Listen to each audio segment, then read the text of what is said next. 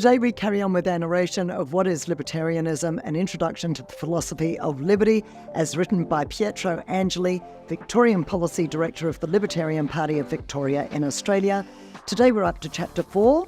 If you want to go back to previous chapters, we've got Chapters 1, 2 and 3 on the links below. Chapter 1 was What is Libertarianism? Chapter 2, What is the State? Chapter 3, What is the Free Market? And today we're on to What are Rights? Chapter 4, What are Rights? The question of what constitutes a right is at the core of what differentiates libertarians from statists. A right can be described as an inherent and unconditional moral or legal prerogative that a human being has. The notion that life, liberty and property are unalienable human rights stems from the writing of John Locke and the establishment of what are known as negative rights or natural rights.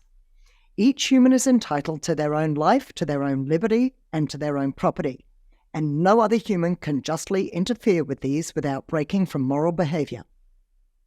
Quote from John Locke: "Being all equal and independent, no one ought to harm another in his life, health, liberty, or possessions." A negative right is a right which protects the human in question from abuse or coercion from another. Libertarians agree with the notion of negative rights, the term negative inferring that one cannot be negatively impacted by another, or that one is free from negation. On the other hand, positive rights outline that a person has the entitlement to be supplied with something. These are often extrapolated to include healthcare, housing, education, social security, unemployment benefits, and much more.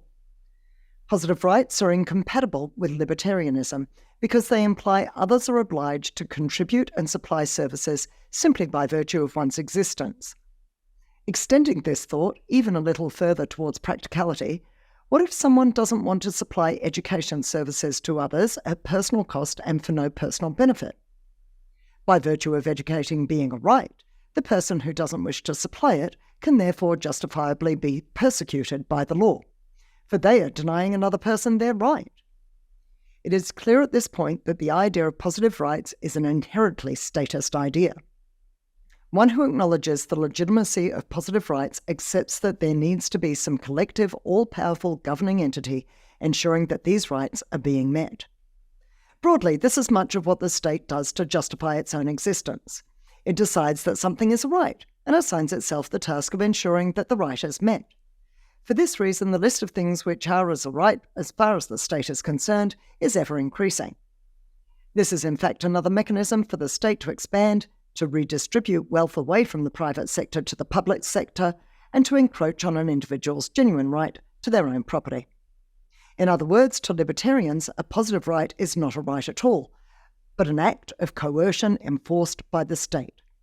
As Frederick Bastiat wrote, "The state is the great fiction by which everyone seeks to live at the expense of everyone else." If one accepts that the state can arbitrarily determine what a right is, and the state can then justly enforce this right by taking money from some citizens to provide the right to others, then the list of rights is only limited by one's imagination. If everyone has the right to healthcare, education, social security, and unemployment benefits, then why doesn't everyone also have the right to a car? It could be argued everyone deserves to avoid walking. Why not the right to a television? It is vital that people have access to news to keep up with current affairs, isn't it? Why not the right to a holiday allowance? Is it only the rich that deserve to go overseas and experience the world? Quote by Russell Kirk: "Rights have become what the political sovereign or ephemeral masters decides to dispense and whatever gratifies the undisciplined cravings and desires of the individual." This notion of positive rights goes against the basic laws of how the free market should work and actually requires the infringement of negative rights, namely property, of individuals by the government in order to pay for the positive rights of others.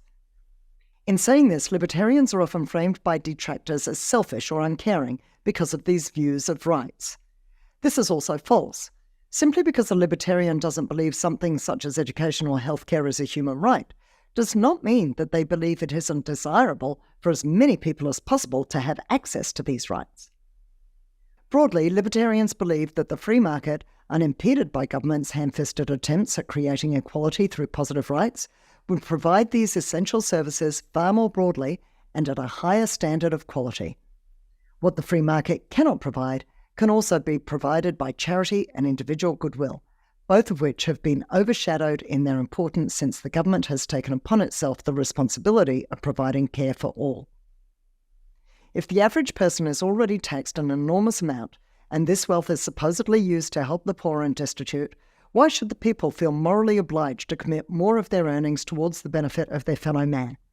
In reality, it is the libertarians' view that people will look after one another in the absence of the state, which is a more optimistic analysis of human nature. In essence, libertarians believe in an unfaltering adherence to negative rights, and believe that the notion of positive rights is a mechanism states use for attributing more power and control to themselves. This doesn't mean that positive rights aren't desirable outcomes. It simply means they aren't really rights at all.